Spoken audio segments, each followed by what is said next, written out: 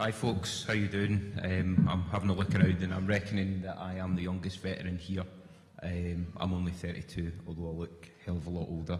But obviously, time in the military will do that to you, give you a few grey hairs. Why am I voting yes? A whole number of options. There's a laundry list of why I'm voting yes. First of all, I am working class, for lack of a better word. I'm a truck driver for a living. Not the smartest guy on the planet, but I know a bit of math. I pick out stuff from the internet. I've done a little bit of math, and the math points straight towards yes. You don't need to be a rocket scientist to work it out. You look at the figures of how much money goes down south, how much is kept down there, and how much they give us back. It speaks for itself.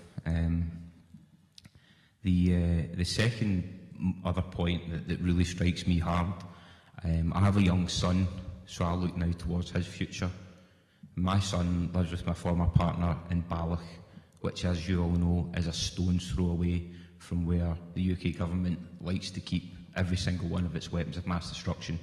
Now, colleague here, ex-senior service, I saw he's got his dolphins, he's a former submariner, he knows exactly what I'm talking about, weapons of mass destruction, nuclear missiles, nuclear-powered submarines.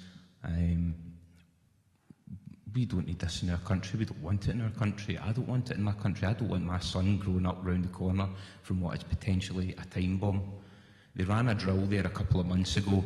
They never even bothered to tell the people of Ardentiny they were running a drill, and people of Ardentiny started phoning the police saying there was explosions happening across at Coolport, and no one had bothered to inform the police either. I mean, if we've got stupid things like that going on, what if it was something for real? Who's going to take it seriously, you know? Those are really my two main options for voting yes at the moment. There's a whole other sidelines of things. I'm proud to call myself Scottish. Yeah, I served in the military, and I still keep to those values.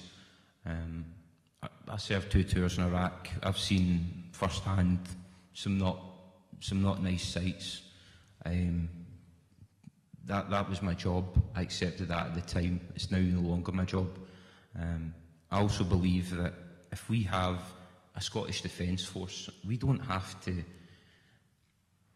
be strong-armed by America and the likes to go to these places.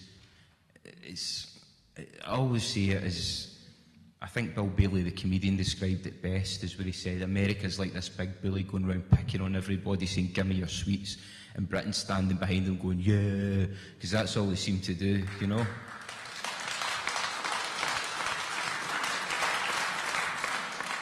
And to be quite frank, I absolutely hate bullies. I don't like bullies. So I don't want to be associated with them. I don't want to have anything to do with them. And I think as I've just learned some more information tonight from other speakers who were talking about the way that the defence budget works, and we would have more.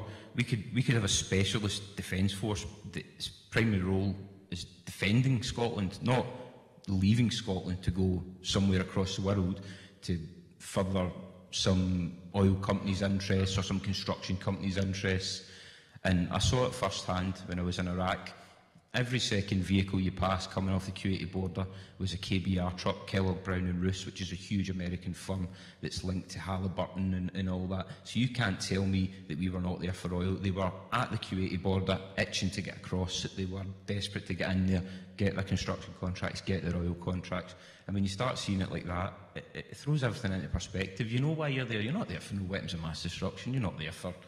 And I just don't think that the Westminster government does what it wants to do, but it does what it wants to do under the auspices of the American government, especially when it comes to military action. And as a veteran, that's the sort of thing I would look at is how the military does business. And if that's the way they want to do business, then not for me. And I'm voting yes, all the way, 110%. Thank you.